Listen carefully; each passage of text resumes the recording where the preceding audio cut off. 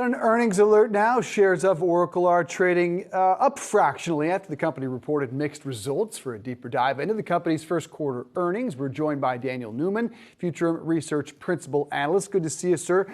Big picture, your reaction to the Q2 earnings report. Yeah, it was a mixed result in terms of top and bottom line, but I think Oracle's predictable nature made it a really good bet that it was going to have a good result. And for me, it's a cloud story. Everyone's kind of putting eyes right now on, is the company able to execute in the areas that Larry Ellison has been talking about, and that's cloud infrastructure. And that is going to be on its SaaS levels with its NetSuite and its Fusion ERP. I think the results are really strong coming out the gate, just having a few minutes to look at them. You saw 45% in the cloud. You saw 52% on infrastructure. And that's in line and actually a little bit ahead of some of the major, infrastructure players, including AWS and Azure this quarter. So first reaction is good. Smaller numbers for now in terms of their infrastructure, but it shows a good trajectory. It did, and the cloud number is very strong. That 45% jump that you referenced, $3.6 billion in cloud revenue during the quarter. What about the impact of the strong dollar? We know that it was a headwind here for Oracle in its most recent report, but what does that headwind look like over this current quarter, and then, of course, looking ahead to the fourth quarter of the year?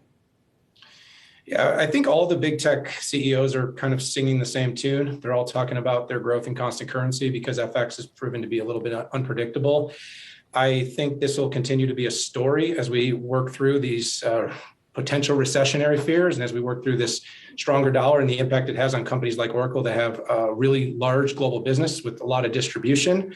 I expect it to continue to be a story. I don't think it's going to change, but I think Oracle's head down. I think their focus is, if we continue to grow, we continue to distribute into more areas like their cloud and SaaS offerings, and even their recent success they've had with their database business on HeatWave.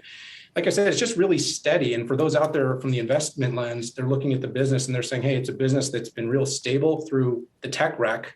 The stock has held up incredibly well, but it's also a div stock. The company continues to support on that layer. And they're also showing those signs of growth in their growth areas that people that want those more aggressive names might be able to get behind.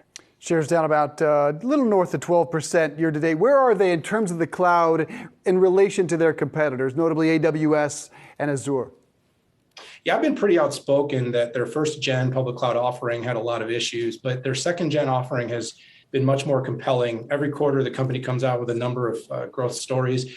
Larry Ellison loves to talk about their customer wins, and I expect they're going to continue to do that this quarter. You know, in terms of overall market share and size, I mean, Amazon's AWS business is nearing $20 billion a quarter, so you can use that as a comparison. It's still much earlier days. You're talking about just nearing $1 billion, but from a growth rate standpoint, if you compound it and Oracle can continue this momentum, you got to start to say, hey, this company definitely has the potential to start to be that third, fourth player consistently. And you know, Oracle doesn't like to be third and fourth. So just like Microsoft and AWS, I expect they're going to continue to challenge. They're going to keep trying to innovate, but it's going to be a tough road to leapfrog those big two. It did. Taking a look, we just had the one-year performance on the screen there, off just about 14% over the past 52 weeks. What's going to be the next catalyst for Oracle? Is it all about the cloud, or is there something else here that can push the stock higher?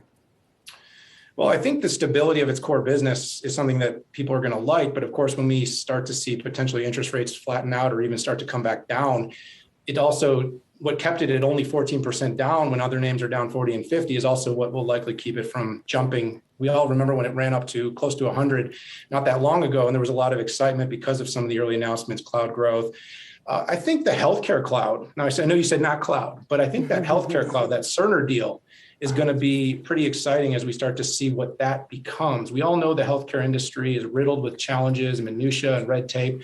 Can Oracle somehow leverage its great depths in data and, of course, in infrastructure to start to streamline that, to make that better? I think they made a $27+ billion bet for a reason. But I do actually think it is a cloud story. So call it healthcare cloud, call it public cloud and infrastructure. I think that continued growth is what investors can get excited about. We've got a 5 o'clock call. If you had a question, what would it be? I want to know how the company can continue to maintain these growth rates. They have great competition, diverse product sets, Azure, AWS, and of course, we've seen Thomas Kurian at Google really amping it up. And so getting 50% growth at $1 billion is exciting, but how is the company going to continue to compound growth of this cloud business and do it as competition heats up and as they get more toe-to-toe and face-to-face? That's going to be the question, I think, for a lot of investors.